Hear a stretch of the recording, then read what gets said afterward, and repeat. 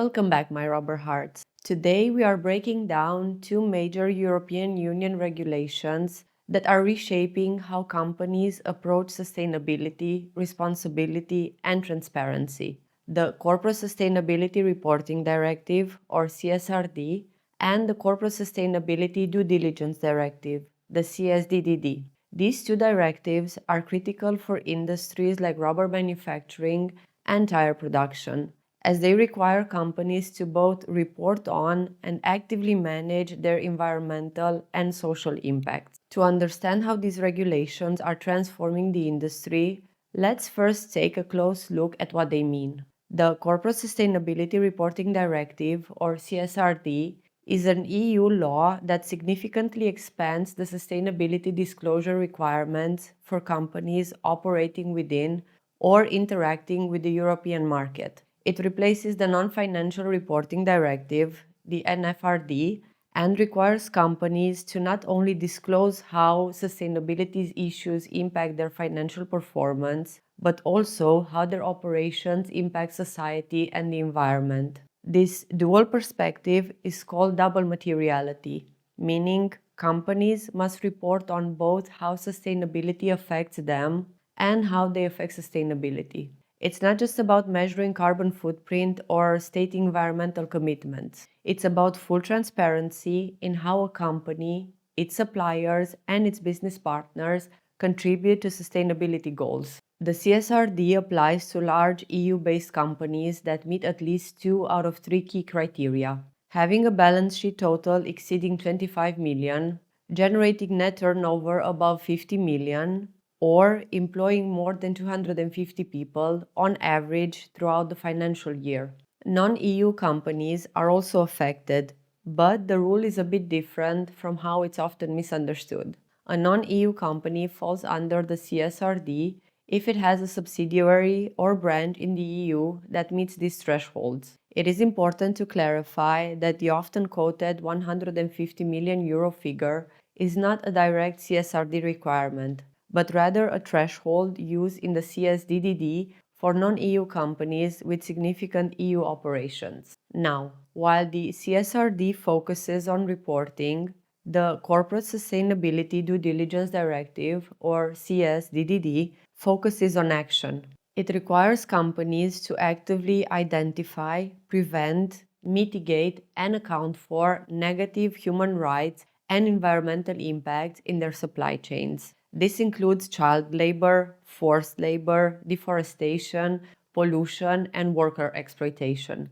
The CSDDD applies to large EU companies, but it also extends to non-EU companies that generate at least 150 million euros in net turnover in the EU and have significant operations linked to European markets. The key distinction between these two directives is that the CSRD ensures that companies disclose sustainability efforts, while the CSDDD requires companies to take direct action to prevent harm in their supply chains. One is about transparency and the other is about accountability. The CSRD forces companies to report on their sustainability risks and strategies, while the CSDDD forces them to actively fix the problems that exist within their supply chains. So, how do these regulations apply to rubber and tire industry? Let's take a look at Michelin, Pirelli, and Goodyear, companies that have already begun aligning their sustainability reports with the CSRD.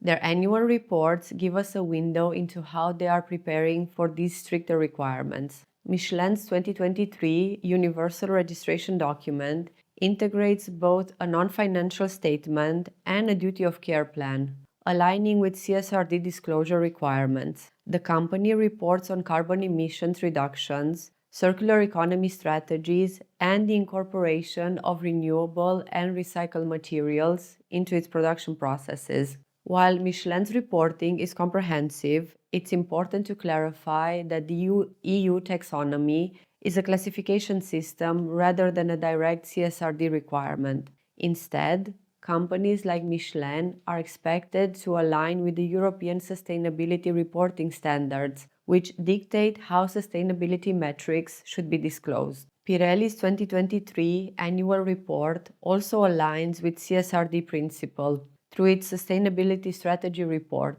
which details GHG emission reduction targets, commitments to renewable energy, and sustainability-linked financial instruments like green bonds. Additionally, Pirelli focuses on biodiversity conservation, particularly within its natural rubber supply chain, where it has enforced supplier sustainability requirements.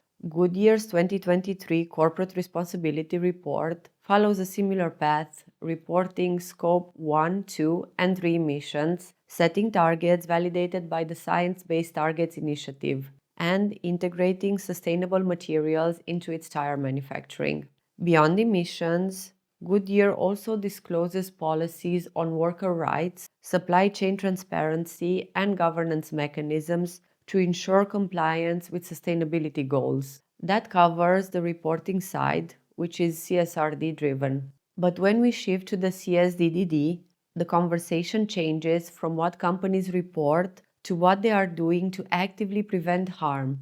The rubber industry, with its complex global supply chains, has a number of human rights risks that companies must now address and mitigate. The best known example of labor rights violations in the rubber supply chain is the Firestone Liberia case, where allegations of child labor and forced labor emerged from rubber plantations. Liberia.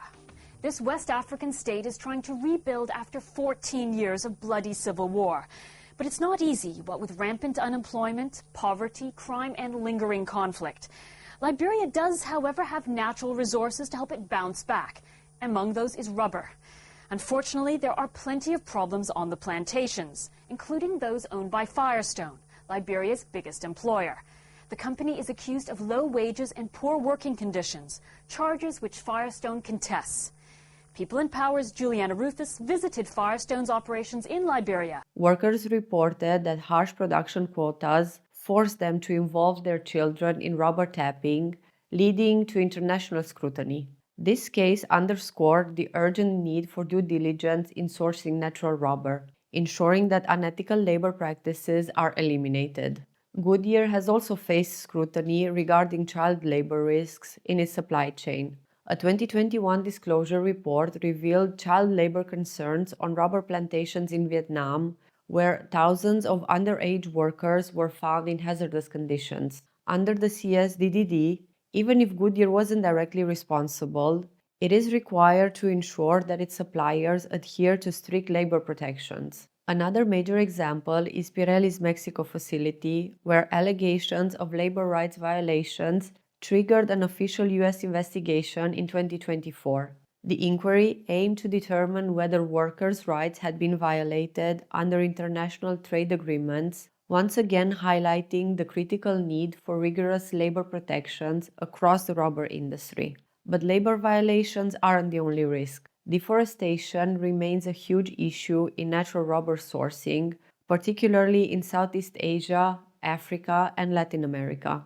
The destruction of tropical forests for rubber plantations has led to biodiversity loss, illegal land seizures, and the displacement of indigenous communities. Under the CSDDD, tire manufacturers must now take responsibility for ensuring that rubber plantations in their supply chains are not linked to deforestation or unethical land practices. The overlap between CSRD and CSDDD becomes clear when we realize that companies are now required to disclose their sustainability due diligence efforts under the CSRD, while the CSDDD ensures that those efforts are not just for show, but actually lead to real, measurable change. Reporting alone is not enough. Companies must conduct risk assessments, audit their suppliers, and implement concrete sustainability measures. For the rubber and tire industry, compliance with these directives isn't just about avoiding regulatory penalties. It's about transforming the industry so that sustainability, ethical sourcing, and environmental responsibility become the standard. These regulations are pushing companies to rethink their entire supply chain strategy, invest in traceability technologies, and demand higher standards from suppliers. Thanks for tuning into my rubber heart. If you found this episode insightful, don't forget to like, subscribe, and hit the bell icon so you never miss an update. Let me know in the comments. Do you think these regulations go far enough, or should companies be held to even stricter standards? See you next time. Until then, stay elastic and stay curious.